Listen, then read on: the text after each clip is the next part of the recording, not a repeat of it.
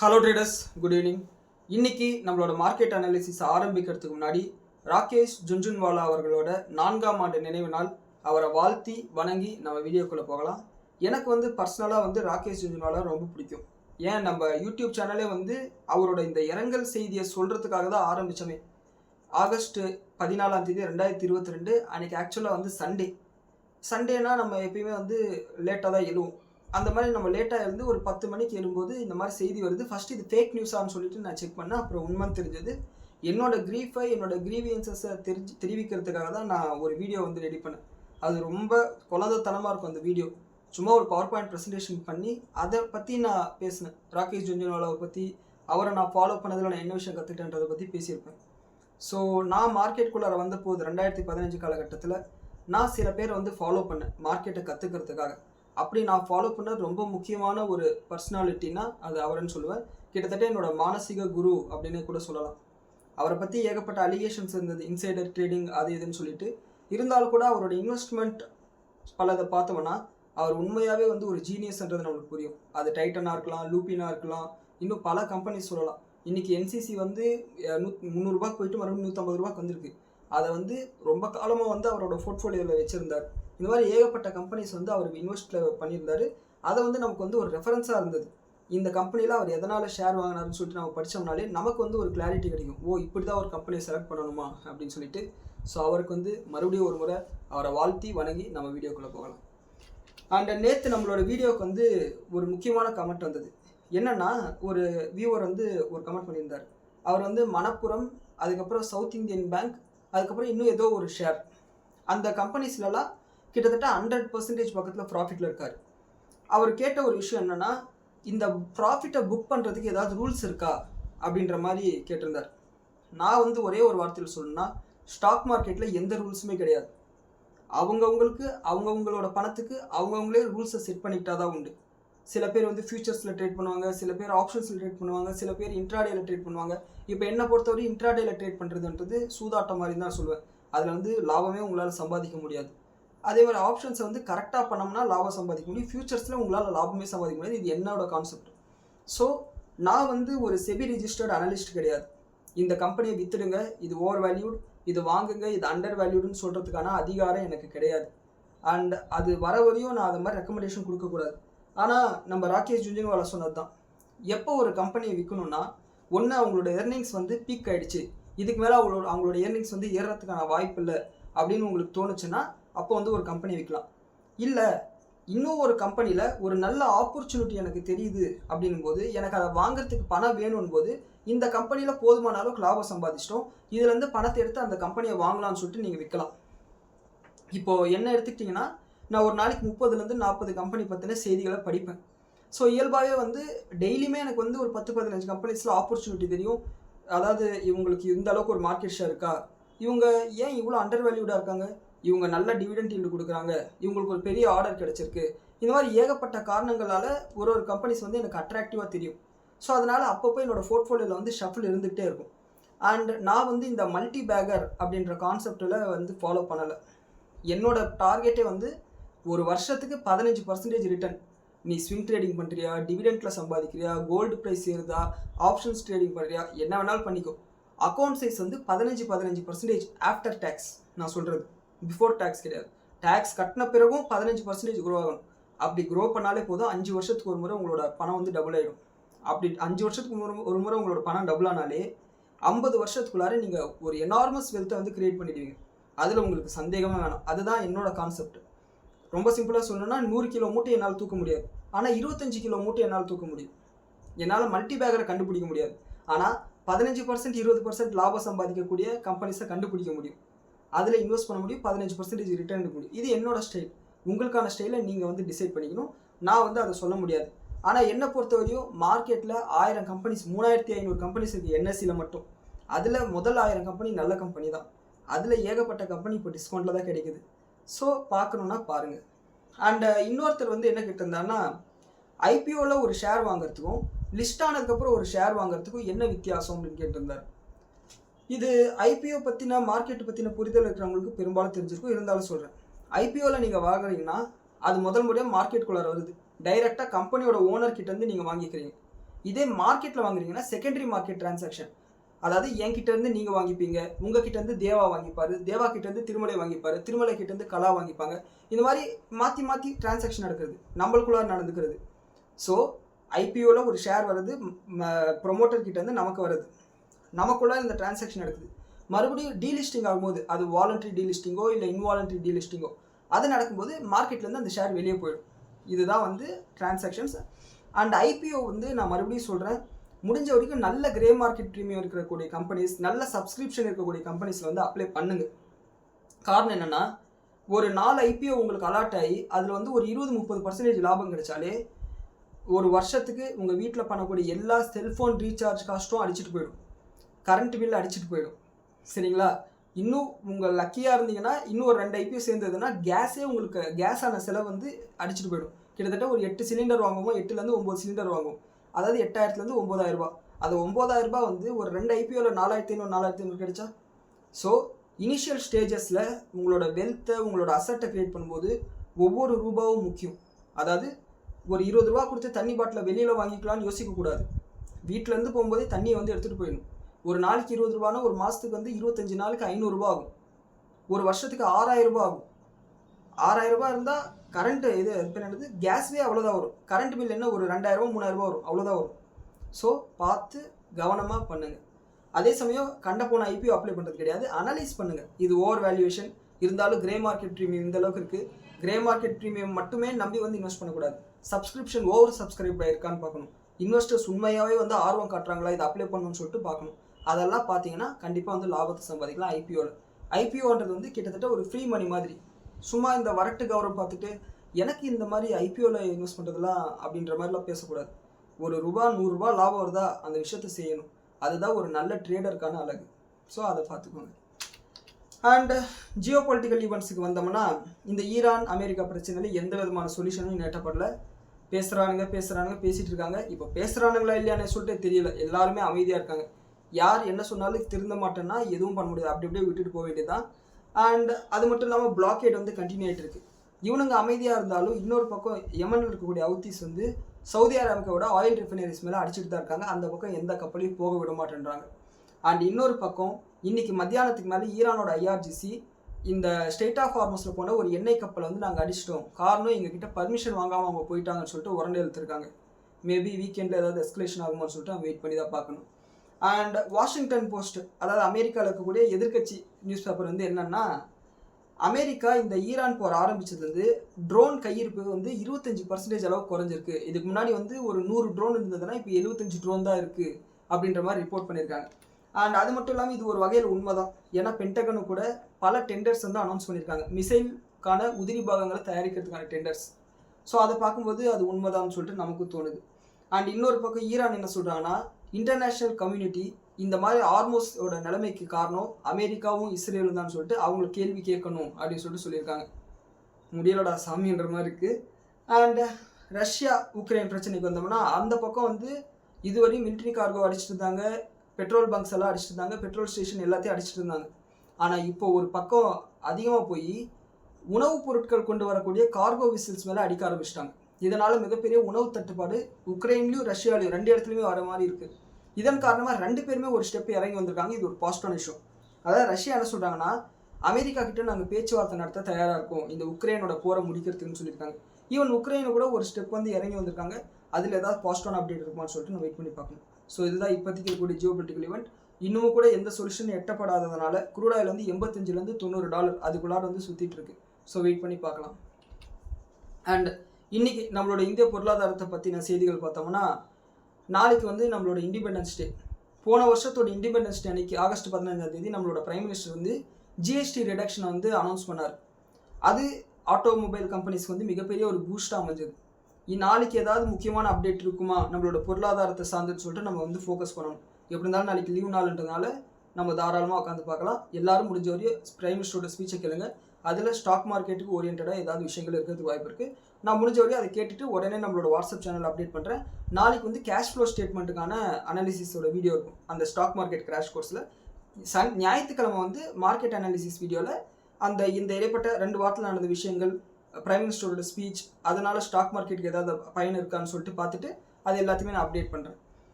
And last 2 வருஷமாக நம்மளோட Nifty எந்த ரிட்டர்னும் கொடுக்கல. அதாவது 2024 இருந்து இதே சுதந்திர தினத்துக்கு முன்னாடி நாள்ல இருந்து இப்போ இன்னைக்கு வரையும் பார்த்தோம்னா 2024 24,144லையும் 2025 ஆகஸ்ட் 14 24,630லையும் 2026 ஆகஸ்ட்ல வந்து 24,366லையும் வந்து முடிஞ்சிருக்கு. கிட்டத்தட்ட எங்கேயுமே போகல 2 வருஷமா. இதை 2 விதமாக பார்க்கலாம். ஒன்று, நம்மளோட மார்க்கெட் எந்த ரிட்டர்னும் கொடுக்கல, ஓ மை காட் அப்படின்னு பார்க்கலாம். இன்னொன்று, இந்த இடைப்பட்ட காலகட்டத்தில் 2-3 முறை வந்து மார்க்கெட் 26,000க்கு போயிட்டு ரிட்டர்ன் வந்திருக்கு. யாராவது ஸ்விங் ட்ரேடிங் பண்ணியிருந்தாங்கன்னா ஏகப்பட்ட லாபம் இந்த காலகட்டத்திலே சம்பாதிச்சிருப்பாங்க. ரீசெண்டாக கூட 22,500 வரையும் போனது. எல்என்டி மாதிரியான கம்பெனிஸ் வந்து பயங்கர சீப்பாக கிடைச்சது. ஈவன் ஐடி செக்டர் வந்து 20% ரெக்கவர் ஆயிருக்கு. ஸோ அது மாதிரி ஏகப்பட்ட கம்பெனியில் ஸ்விங் ட்ரேடிங் ஆப்பர்ச்சுனிட்டி கிடைச்சிது. அண்ட் இது மட்டும் இல்லாமல் நான் என்ன சொல்ல வரேன்னா, நம்ம காலையில் சாப்பிடல, மத்தியானம் சாப்பிடல, அப்போ நைட்டோ இல்லை சாயங்காலமோ எந்த அளவுக்கு சாப்பிடுவோம், அதிகமாக சாப்பிடுவோம்ல. அதே மாதிரி தான் 2 வருஷமாக நிஃப்டி ரிட்டர்ன் கொடுக்காத காரணத்தினால அடுத்த 1-2 வருஷத்தில் மிகப்பெரிய ரிட்டர்ன் கொடுக்கறதுக்கு வாய்ப்பு இருக்குது. இது என்னோட அனாலிசிஸ். காரணம், 2018-18 வந்து இந்த ஹவுசிங் ஃபைனான்ஸ் கிரைசிஸ்லாம் வந்ததுக்கப்புறம் ஒரு என்பிஎஃப்சி கிரைசிஸ் வந்தது இந்தியாவில். அதுக்கப்புறம் வந்து பேங்கிங் ஸ்டாக்ஸ் வந்து ஒரு நல்ல ரிட்டர்ன் கொடுத்தது. அதுக்கப்புறம் ஒரு 2 வருஷம் அமைதியாக இருந்தது, ரொம்ப நியூட்ரலான ஒரு காலகட்டமாக இருந்தது. 2020 கோவிட் கிராஷ், அங்கேருந்து பயங்கரமான ஒரு ரேலி. மறுபடியும் 2021-22 காலகட்டத்தில் இந்த ரஷ்யா உக்ரைன் பிரச்சனை மறுபடியும் 2 வருஷம் அமைதியாக இருந்தது. 2023 நவம்பரில் ஆரம்பித்து நம்ம பிரசிடென்ட் ட்ரம்ப் பதவிக்கு வர வரையும் ஒரு நல்ல ஒரு ரேலி. கிட்டத்தட்ட நிஃப்டி மட்டுமே 40% ஏறினது. மறுபடியும் 2 வருஷம் அமைதியாக இருக்குது. கூடிய சீக்கிரமே நிஃப்டி, அதாவது ப்ராடர் மார்க்கெட்டே வந்து ஏறுறதுக்கு வாய்ப்பு இருக்குது. ப்ராடர் மார்க்கெட் மீடியமாக இருக்கும்போதே நம்மளால் 15% ரிட்டர்ன் எடுக்க முடியும்னா, ப்ராடர் மார்க்கெட்டும் நமக்கு சப்போர்ட் பண்ணிச்சுன்னா எந்த அளவுக்கு ஒரு வெல்த் ஜெனரேஷன் இருக்குன்னு சொல்லிட்டு நோட் பண்ணிக்கோங்க. ஸோ எல்லாருமே பேஷன்ஸாக இருங்க, கடவுளை வேண்டுங்க, நல்லதே நடக்கும்னு சொல்லிட்டு நினைங்க, நல்லதே நடக்கும். அண்ட் அடுத்து நம்மளோட இந்திய அரசாங்கத்துக்கிட்ட இருந்து இந்தியன் மைன்ஸ் மினிஸ்டர் என்ன சொல்லியிருக்காங்கன்னா, கூடிய சீக்கிரமே மினரல் எக்ஸ்சேஞ்சை வந்து உருவாக்க போகிறதா சொல்லியிருக்காங்க. அதாவது இப்போ வந்து ஸ்டாக் எக்ஸ்சேஞ்சில் ஸ்டாக்ஸை வந்து கொடுத்து வாங்கிக்கிறோம். எலக்ட்ரிசிட்டி, இந்தியன் எலக்ட்ரிசிட்டி எக்ஸ்சேஞ்ச் இருக்குது பார்த்தீங்களா, அவங்கள வந்து எலக்ட்ரிசிட்டியை விற்று வாங்கிக்கிறாங்க. கேஸ் எக்ஸ்சேஞ்ச் வந்துடுச்சு, அதே மாதிரி மினரல் எக்ஸ்சேஞ்சும் வரப்போகுது. இது ஐஎக்ஸோட ஏதாவது ஒரு சப்சிடியரி வருவாங்கன்னு சொல்லிட்டு நம்ம வெயிட் பண்ணி பார்க்கணும். அண்ட் இன்னொரு பக்கம் நம்மளோட அரசாங்கம் என்ன சொல்லியிருக்காங்கன்னா, இந்த rare earth metals, permanent magnets, இதை வந்து தோண்டி எடுக்கிறதுக்கு ஒரு 5 பேரை நாங்கள் செலக்ட் பண்ண போகிறோம். கிட்டத்தட்ட இந்த ப்ராஜெக்டோட மதிப்பு வந்து 7,280 கோடி ரூபாய், 7,280 கோடின்னு சொல்லியிருக்காங்க. இதுக்கு வந்து எல்என்டி, அதே மாதிரி கோல் இந்தியா மாதிரியான கம்பெனிஸ் எல்லாம் வந்து டெண்டர் கொடுத்துருக்காங்க, விருப்பு மனு வந்து கொடுத்துருக்காங்க. இதில் 5 பேரை செலக்ட் பண்ணி கிட்டத்தட்ட 6,000 metric ton per annum, 6,000 metric ton per annum அளவுக்கு வந்து உற்பத்தி இருக்க போது. இது 5 பேருக்கு பிரித்து கொடுக்க போகிறதா சொல்லியிருக்காங்க. 6,000 மில்லியன் டன்ஸ் வந்து உற்பத்தி பண்ண போகிறதா சொல்லியிருக்காங்க. இது ஒரு பாசிட்டிவான விஷயம். இது எப்படி எவால்வ் ஆகுதுன்னு சொல்லிட்டு வெயிட் பண்ணி பார்க்கணும். இந்த ரேர் எர்த் மெட்டல்ஸ் நம்மளே உற்பத்தி பண்ணிட்டோம்னா செமிகண்டக்டரில் வந்து நம்மளும் ஒரு நல்ல ஒரு க்ரோத்தில் வந்து வந்துடும். அது வந்துருச்சுன்னா நம்மளோட பொருளாதாரமே வந்து பார்த்திங்கன்னா விரிவடையும். அதனால் திருப்பி பணப்புழக்கம் வந்து அதிகமாகும். அதாவது ஏதாவது ஒரு செக்டர் பூம் ஆகும்போது அதனோட ரிப்பிள் எஃபெக்டாக வந்து மறுபடியும் வந்து பணம் வந்து பொருளாதாரத்துக்குள்ளே பொருளும். உதாரணத்துக்கு ஐடி செக்டர் பூம் ஆகும்போது பெங்களூர், சென்னை மாதிரியான இடங்களில் வந்து வீடுகள் கட்டினாங்க. அந்த வீடு கட்டும்போது ரியல் எஸ்டேட் கம்பெனி லாபம் அடைஞ்சாங்க. சிமெண்ட் கம்பெனி, செங்கல் கம்பெனி, இரும்பு கம்பெனி, பெயிண்ட் கம்பெனின்னு சொல்லிட்டு ஏகப்பட்ட பேர் லாபம் சம்பாதிச்சாங்க. பைப்லேருந்து எல்லாரும் சம்பாதிச்சாங்க. அதனோட தொடர் இல்லையவா ஏகப்பட்ட பேருக்கு வந்து சம்பளம் கிடைக்கும். அதனால எஃப்எம்சிஜி கம்பெனி லாபம் சம்பாதிச்சது. இந்த எல்லா பணமும் பேங்க்ல டிரான்சாக்ஷன், அதாவது பேங்க்ஸுக்கான டெபாசிட் அதிகமாச்சு, அட்வான்சஸ் அதிகமாச்சு. இந்த மாதிரி வந்து பொருளாதாரத்தில் ஒரு செக்டர் நல்ல பூம் ஆச்சுனாலே அதனோட ரிப்பிள் எஃபெக்டை வந்து நம்ம எல்லா இடத்துலையும் பார்க்க முடியும். ஸோ வெயிட் பண்ணி பார்ப்போம் இந்த செமிகண்டக்டர் நம்மளோட இந்திய பொருளாதாரத்தில் எந்த மாதிரியான விளைவுகளை ஏற்படுத்த போகுதுன்னு சொல்லிட்டு. இது ஒரு பாசிட்டிவான இஷ்யூ. அண்ட் இன்னைக்கு ஜூலை மாதத்துக்கான ஹோல்சேல் ப்ரைஸ் இன்ஃப்ளேஷன் டேட்டா வந்து ரிலீஸ் பண்ணிட்டாங்க. இது வந்து எதிர்பார்த்ததை விட ஓரளவுக்கு நல்லாவே வந்திருக்கு. இது ஒரு ப்ராமிசிங்கான ஒரு விஷயமா இருக்குது. என்னென்னா, எக்ஸ்பெக்டேஷன் வந்து ஒரு 10% அளவுக்கு ஹோல்சேல் ப்ரைஸ் இன்ஃப்ளேஷன் இருக்குன்னு சொல்லிட்டு எதிர்பார்த்துருக்காங்க. ஆனால் வந்தது என்னமோ 9.78%. இது வந்து முன்னாடி இருந்த ஹோல்சேல் ப்ரைஸ் இன்ஃப்ளேஷனை விட கம்மி. 9.87 9.78க்கு குறைஞ்சிருக்கு. இது ஒரு பாசிட்டிவான விஷயமா பார்க்கப்படுது நம்மளோட பொருளாதாரத்துக்கு. அண்ட் நம்மளோட போஸ்ட் மார்க்கெட் அனாலிசிஸ் வந்தோம்னா, இன்றைக்கி காலையில் நம்மளோட நிஃப்டி வந்து ஃப்ளாட்டாக தான் ஓப்பன் ஆச்சு. கிட்டத்தட்ட 24,361 ஓப்பன் ஆச்சு. அண்ட் மத்தியானம் வரையுமே வந்து ஒரு டைட் ரேஞ்சுக்குள்ளார கன்சால்டேட் ஆகிடுது. ஆனால் மத்தியானம் ஒரு 1.25 மேலே ஒரு நல்ல ஒரு ரேலி வந்து கிட்டத்தட்ட 24,400 வந்து ஒரு ரெசிஸ்டன்ஸ் எடுத்துகிட்டு மறுபடியும் ஒரு செல் ஆஃப் வந்தது. அண்ட் குறிப்பிட்ட எந்த விதமான ஒரு பாசிட்டிவான அப்டேட்டும் வரல. ப்ராடர் மார்க்கெட்டாகவும் சரி, ஜியோ பொலிட்டிக்கலாகவும் சரி. அண்ட் எண்ட் ஆஃப் த டேல வந்து 24,366 வந்து க்ளோஸ் ஆயிருக்கு. ஸோ இதை வந்து நோட் பண்ணிக்கோங்க. அண்ட் இன்றைக்கி நம்மளோட ஓவரால் மார்க்கெட்டுன்னு பார்க்கும்போது அட்வான்ஸ் டிக்ளைன் ரேஷியோ 1478 ஷேர்ஸ் வந்து பாசிட்டிவாகவும் அண்ட் 1854 கம்பெனிஸ் வந்து நெகட்டிவாகவும் ட்ரேட் ஆகி முடிஞ்சிருக்கு. ஆல்மோஸ்ட் எல்லா செக்டாருமே வந்து ஒரு மைல்டு ரெட்டாக தான் க்ளோஸ் ஆச்சு. Auto sector 0.5%, magnetic 0.25%, FMCG 0.5%, IT sector 0.3% negative முடிஞ்சது. ஃபார்மா செக்டார் 1% அளவுக்கு விழுந்திருக்கு. இந்த பாயிண்ட்ஸ் எடுக்கும்போது கோல்டு ப்ரைஸஸ் வந்து $4,394 இருந்தது. அண்ட் இன்ட்ராடேல பார்த்தோம்னா கோல்டில் வந்து ஒரு வீக்னஸ் பார்க்க முடிஞ்சது. அதனால் இன்றைக்கி நம்மளோட போர்ட்ஃபோலியோ ரெட்டாக தான் இருந்திருக்கும். மேஜர் லாஸ் வந்து கோல்டு தான் கான்ட்ரிபியூட் பண்ணுது இன்றைக்கி. அண்ட் நம்மளோட புல்லியன் அசோசியேஷன் இந்த $4,394 இன்டர்நேஷனல் மார்க்கெட்டில் ட்ரேட் ஆகும்போது நம்மளோட புல்லியன் அசோசியேஷன் என்ன வேலை சொன்னாங்கன்னா 24 கேரட் கோல்டு ஒரு கிராமுக்கு வந்து $15,480 22 கேரட் கோல்டு ஒரு கிராமுக்கு வந்து $14,190 சொல்லியிருக்காங்க. அண்ட் சில்வர் ப்ரைஸஸ் 2,38,000 சொல்லியிருக்காங்க. இது நேற்று விலையோட கம்பேர் பண்ணும்போது ஒரு $2,000 அளவுக்கு இன்க்ரீஸ் ஆயிருக்கு, 1% இன்க்ரீஸ் ஆயிருக்கு. அண்ட் க்ரூட் ஆயிலோட விலை எடுத்துக்கிட்டோம்னா $86.5 வந்து ட்ரேட் ஆகிட்டு இருக்கு. அண்ட் எஃப்ஐஎஸ் டிஐஎஸ் ரெண்டு பேருமே இன்னைக்கு பை சைடு தான் இருக்காங்க. எஃப்ஐஎஸ் வந்து $508 கோடி வாங்கியிருக்காங்க, டிஐஎஸ் வந்து $356 கோடி வாங்கியிருக்காங்க. இதை நோட் பண்ணிக்கோங்க. அண்ட் ஸ்டாக் ஸ்பெசிஃபிக் நியூஸ்க்கு வந்தோம்னா டைமண்ட் பவர் இன்ஃப்ராஸ்ட்ரக்சர்ஸ் டைகேப்ஸ்ன்னு சொல்லுவாங்க. இந்த கம்பெனி என்னன்னா இந்த டிரான்ஸ்மிஷன் பவர் டிஸ்ட்ரிபியூஷனில் ஸ்பேர்ஸை தயாரிக்கிறது, இபிசி கான்ட்ராக்ஷன் செஞ்சு கொடுக்குறது, இந்த மாதிரியான பிஸ்னஸில் இருக்காங்க. இவங்களோட Q1 நம்பர் வந்து ரிலீஸ் பண்ணியிருக்காங்க. ப்ராஃபிட் வந்து 3 மடங்கு அதிகமாக இருக்குது. 15 கோடி அளவுக்கு போன வருஷம் ப்ராஃபிட் பண்ணாங்க. இப்போ 57 கோடி அளவுக்கு ப்ராஃபிட் வந்து இன்க்ரீஸ் ஆயிருக்கு.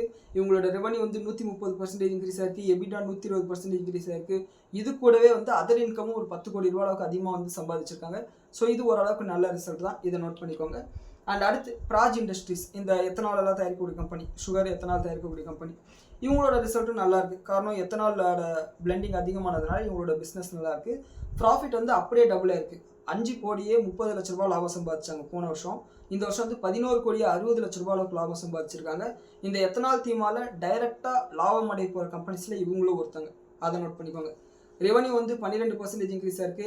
அண்ட் அதர் இன்கமும் வந்து இவங்களோட ப்ராஃபிட் இன்க்ரீஸ் ஆனதுக்கு ஒரு முக்கியமான காரணமாக இருக்குது. மார்ஜினில் பெரிய ப்ரெஷர் எதுவும் பார்க்க முடியல. அண்ட் அடுத்து ரிலாக்ஸோ ஃபுட்வேர்ஸ் செருப்பு தயாரிக்கக்கூடிய கம்பெனிஸ், இவங்களோட Q1 நம்பர்ஸ் ஓரளவுக்கு நல்லாவே வந்திருக்கு. ப்ராஃபிட் வந்து 12% இன்க்ரீஸ் ஆயிருக்கு. 49லேருந்து 55 கோடி இன்க்ரீஸ் ஆயிருக்கு. மேபி இந்த ஸ்கூல் சீசன்ன்றதுனால இவங்களோட சேல்ஸ் வந்து அதிகமாக இருக்கலாம். அண்ட் ரெவன்யூ 8% அதிகமாக இருக்குது. மார்ஜின் வந்து 15% மெயின்டைன் பண்ணுறாங்க. ஈவன் எபிடாவும் 9% அதிகமாக இருக்குது. இதை நோட் பண்ணிக்கோங்க. அண்ட் அடுத்து எல்ஜி எக்யூப்மெண்ட்ஸ், இவங்க வந்து ஏர் கம்ப்ரஸர் இருக்குல்ல, அதை தயாரிக்கக்கூடிய ஒரு கம்பெனி. இந்தியாவில் இவங்க தான் லார்ஜஸ்ட் பிளேயர், 2வது லார்ஜஸ்ட் பிளேயர். அண்ட் உலகத்தில் வந்து 6வது லார்ஜஸ்ட் பிளேயர். இந்த கம்பெனி வந்து வாட்ச் லிஸ்ட்டில் போட்டுக்கோங்க, எப்பயாவது சீப்பாக கிடைக்கும்போது நம்ம பார்த்துக்கலாம். இவங்களோட சேல்ஸ் வந்து நல்லா தான் இருக்குது. Q1 நம்பர்ஸ் வந்து சூப்பராக இருக்குது. ப்ராஃபிட் 27% இன்க்ரீஸ் ஆயிருக்கு. சேல்ஸ் 23% இன்க்ரீஸ் ஆயிருக்கு. மார்ஜின் கூட வந்து ஒரு 1% அளவுக்கு இன்க்ரீஸ் ஆயிருக்கு. 13லேருந்து 14.5% இன்க்ரீஸ் ஆயிருக்கு. இது வந்து ஓரளவுக்கு நல்ல ரிசல்ட் தான். என்னதான் இந்த வெஸ்ட் ஏஷியா கிரைசிஸ், இந்த ரா மெட்டீரியல் காஸ்ட் அதிகமானது, இந்த மாதிரி இருந்தாலும் மார்ஜின் வந்து பெரிய ப்ரெஷர் பார்க்க முடியல. இதை நோட் பண்ணிக்கோங்க. ஆல்மோஸ்ட் ஏகப்பட்ட மிஷின்ஸ் ஓடுறதுக்கு கம்ப்ரெசர் தேவைப்படும், ஏர் கம்ப்ரெசர்ஸ். இந்த செக்மெண்ட்டில் இவங்க பிஸ்னஸ் பண்ணுறாங்க, வாட்ச் லிஸ்ட்டில் போட்டுக்கோங்க. அண்ட் அடுத்து எல்ஜி எலக்ட்ரானிக்ஸ் இன்னைக்கு வந்து கிட்டத்தட்ட 10% அளவுக்கு இன்க்ரீஸ் ஆனது. எண்ட் ஆஃப் தி டேல 9.5% அளவுக்கு பாசிட்டிவ் முடிஞ்சிருக்கு. அண்ட் இவங்களோட ரிசல்ட் வந்து சூப்பராக இருக்குது. இயல்பாகவே வந்து இந்த எலக்ட்ரானிக்ஸ் விற்கக்கூடிய கம்பெனிஸ்க்கு வந்து பார்த்தோம்னா ஒரு மார்ஜின் ப்ரெஷர் வந்து பார்க்க முடிஞ்சது, காப்பர் ப்ரைஸஸாக இருக்கட்டும் மற்ற காரணங்களாலையும். அண்ட் இவங்களில் வந்து மார்ஜின் ப்ரெஷர் பார்க்க முடியல. அதுவே ஒரு பெரிய ஒரு பாசிட்டிவான விஷயமாக மார்க்கெட் எடுத்துகிட்டு இருக்கு. அதே இந்த அளவுக்கு ஒரு டஃப்பான சுச்சுவேஷன்லையும் இந்த கம்பெனி இந்த அளவுக்கு பெஸ்ட்டான ரிசல்ட்டை கொடுத்துருக்கு அப்படின்னு சொல்லிட்டு மார்க்கெட் ரிவார்ட் பண்ணியிருக்கு. இவங்களோட மார்ஜின் வந்து 1% அளவுக்கு இன்க்ரீஸ் ஆயிருக்கு. 11.5%லேருந்து 12% இயர் ஆன் இயர் பேசிஸில். சேல்ஸ் 15%, எபிடா 26%, நெட் ப்ராஃபிட் வந்து 30% இன்க்ரீஸ் ஆயிருக்கு. அதாவது 513 கோடியிலேருந்து 653 கோடியாக இன்க்ரீஸ் ஆயிருக்கு. ஆனால் இது ஹைலி ஓவர் வேல்யூட், தயவு செஞ்சு போய் மாட்டிக்காதீங்க. ஏன்னா ஒரு கம்பெனியை, நல்ல கம்பெனியை அதிகமான விலையை கொடுத்து வாங்கிட்டீங்கன்னா அதுக்கப்புறம் லாபம் சம்பாதிக்கிறது ரொம்ப கஷ்டம். நல்ல கம்பெனியாகவே இருந்தாலும் கம்மியான விலையில் வாங்கினா தான் லாபம் சம்பாதிக்க முடியும். உதாரணத்துக்கு நிறைய கம்பெனி சொல்லலாம். HDFC பேங்கே வந்து 1000 ரூபாய்க்கு மேலே வாங்கியிருந்தா இப்போ 700 ரூபாய்க்கு வந்துருச்சு, லாபம் சம்பாதிக்க முடியாது. ஆனால் இப்போ 700 ரூபாய்க்கு வாங்கினவங்க 1000 ரூபாய்க்கு போனால் 900 ரூபாய்க்கு போனாலே லாபம் இல்லையா? ITC 450 ரூபாயில் வாங்கினவங்களால லாபம் சம்பாதிக்க முடியாது. ஆனால் 300 ரூபா 330 ரூபாய் இப்போ 270 ரூபாய்க்கு வாங்கினவங்க லாபம் சம்பாதிக்கலாம். சிம்பிள். ஒரு நல்ல கம்பெனி வாட்ச் லிஸ்ட்டில் போட்டு வச்சுக்கோங்க, சீப்பாக கிடைக்கும் போது நம்ம பார்த்துக்கலாம். இது இல்லைன்னா இன்னொரு கம்பெனி கிடைக்கும் போது, அவ்வளோதான்.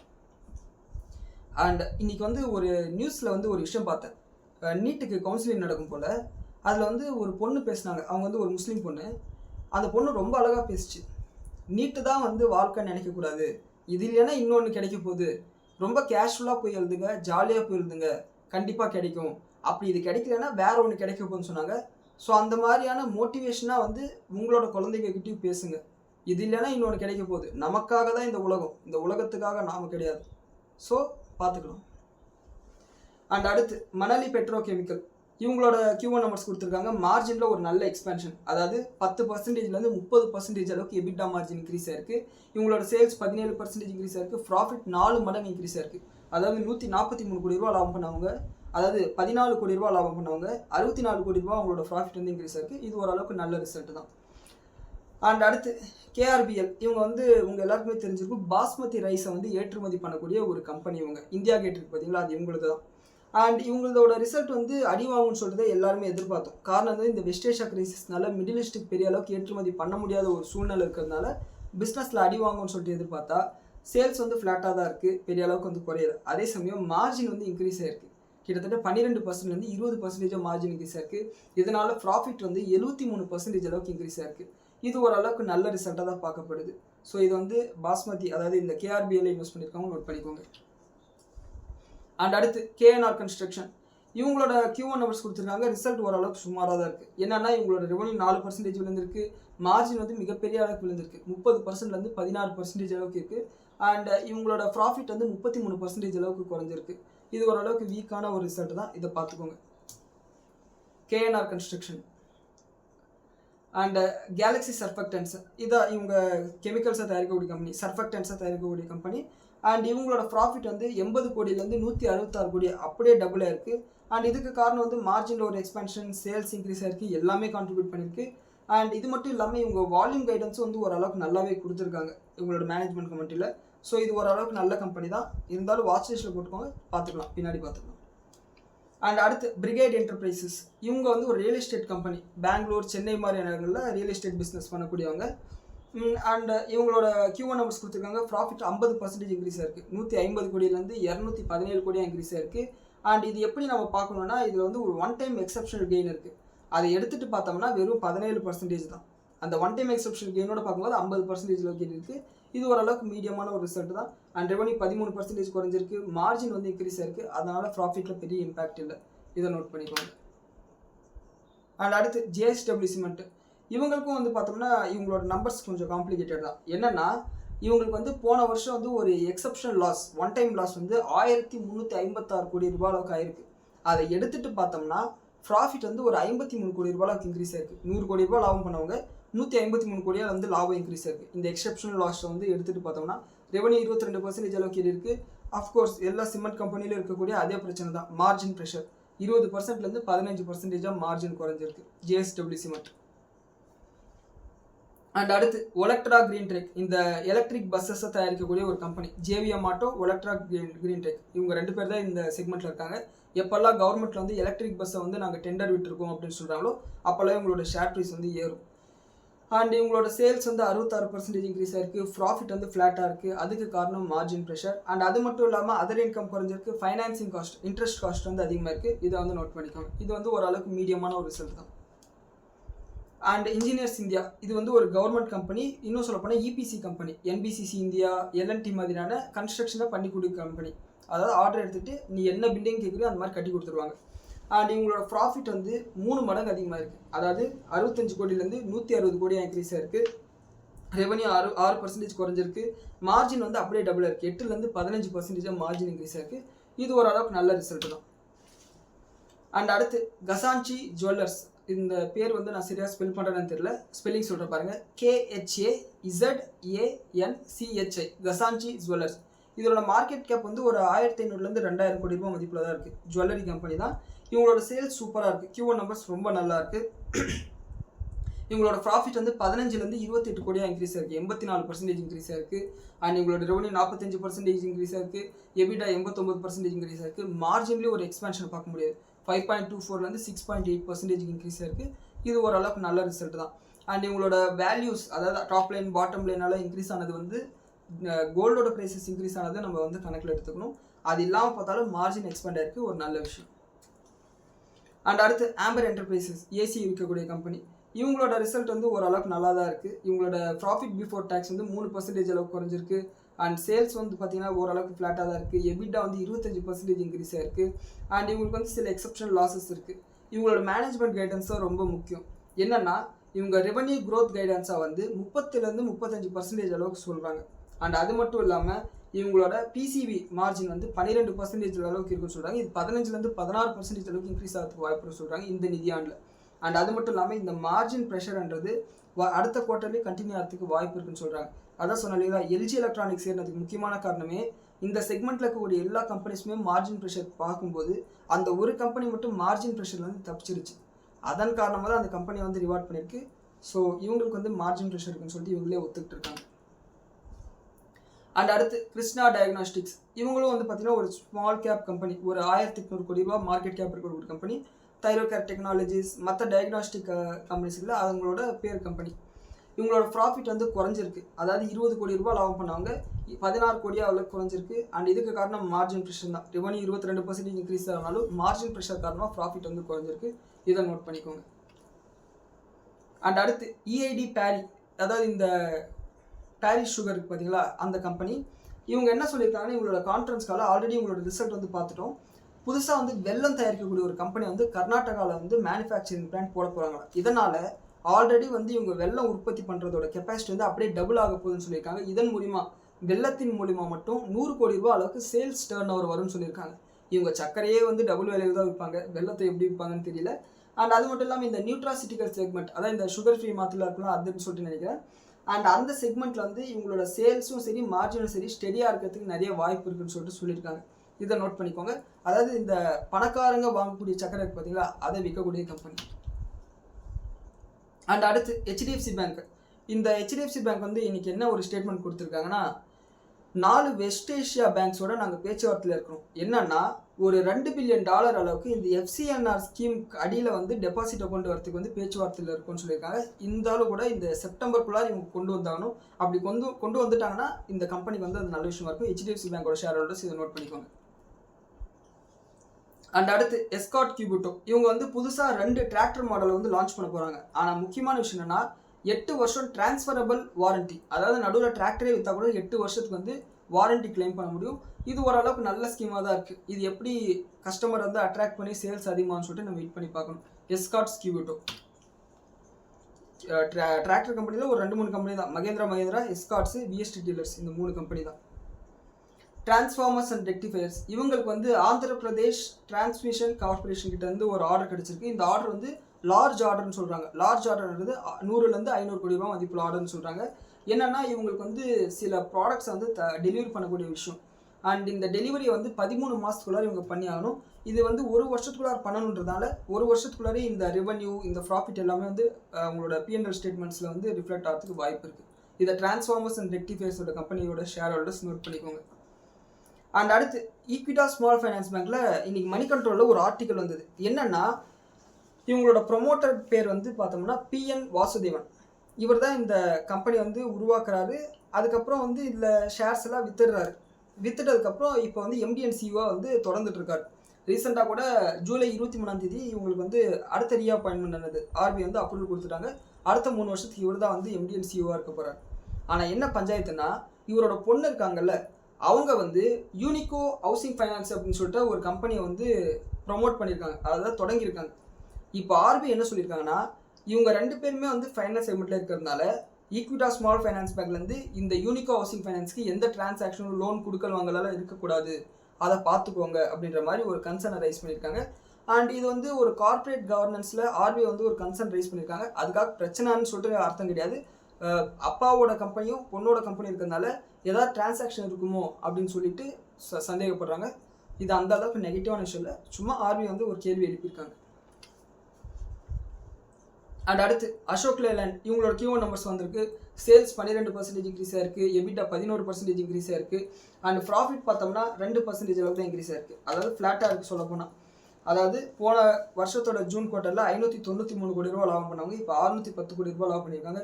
மார்ஜினோட ஒரு ஸ்லைட் ப்ரெஷர் 19-18% மார்ஜின் வந்து குறைஞ்சிருக்கு. இது அசோக் லேலண்டோட ஷேர் ஹோல்டர்ஸ் நோட் பண்ணிக்கோங்க. அண்ட் அடுத்து அல்கம் லேபார்டரிஸ், இவங்களோட ரிசல்ட் வந்து ஒரு நியூட்ரலான ஒரு ரிசல்ட் தான். காரணம் வந்து மார்ஜின் ப்ரெஷர் இருக்குது. இவங்களோட சேல்ஸ் வந்து 11% இன்க்ரீஸ் ஆயிருக்கு இயர் ஆன் இயர் பேசிஸில். அண்ட் ப்ராஃபிட் வந்து 22% அளவு குறைஞ்சிருக்கு. இதுக்கு காரணம் வந்து 22% இந்த மார்ஜின் வந்து 20% வந்து குறைஞ்சிருக்கு. அதுதான் விஷயம். ஸோ இது வந்து அல்கம் லெபார்டரிஸோட ஷேர் ஹோல்டர்ஸ் நோட் பண்ணிக்கோங்க. அண்ட் அடுத்து நாட்கோ ஃபார்மா, இவங்களோட இந்த குவார்டர்லி ரிசல்ட்டும் வந்து வீக்காக தான் இருக்குது. ஆல்ரெடி Q4 ரிசல்ட் பார்த்துருந்தோம் போன நிதியாண்டோடது, அதுவும் வீக்காக இருந்தது, பயங்கரமாக ஷேர் ப்ரைஸ் இருந்தது. இந்த ரிசல்ட்டும் வீக்காக இருந்ததுனால ஷேர் ப்ரைஸ் இன்றைக்கும் 5% அளவுக்கு இருந்திருக்கு. என்ன மேட்ருன்னா, ரெவல்மீடோட ஜெனரிக் ட்ரக் லினாலிடொமைட் அப்படின்ற ஒரு ட்ரக் வந்து பார்த்தோம்னா யூஎஸில் வந்து அடி வாங்கியிருக்கு. ஸோ இதன் காரணமாக வந்து பார்த்தோம்னா இவங்களோட சேல்ஸ் குறைஞ்சிருக்கு, ப்ராஃபிட் குறைஞ்சிருக்கு. சேல்ஸ் வந்து 45%, ப்ராஃபிட் வந்து 60% குறைஞ்சிருக்கு. இருந்தாலும் கூட இவங்க வந்து ஒரு ஷேருக்கு வந்து ₹1.50 அளவுக்கு டிவிடெண்ட் கொடுத்துருக்காங்க. அதாவது ₹1000 ஷேருக்கு ₹1.50 டிவிடெண்ட், அந்த அளவுக்கு டிவிடெண்ட் ஈல்ட் இருக்குது, பார்த்துக்கோங்க. அண்ட் மார்ஜின் வந்து 43%லேருந்து 25% குறைஞ்சிருக்கு. இதுவும் வந்து ஒரு காரணமாக பார்க்கப்படுது. அண்ட் இவங்க அடுத்த புது ட்ரகை கண்டுபிடிச்சி மறுபடியும் சேல்ஸை ரீகெயின் பண்ணுற அளவுக்கு இந்த ப்ரெஷர் வந்து கண்டினியூ ஆகிட்டே தான் இருக்கும். ஸோ இதுதான் இன்றைக்கான ஸ்டாக் ஸ்பெசிஃபிக் நியூஸ். அண்ட் இப்போ நம்ம பேசிகிட்டு இருக்கும்போது நம்ம கோல்டு ப்ரைஸஸ் மட்டும் பார்த்துருவோம்.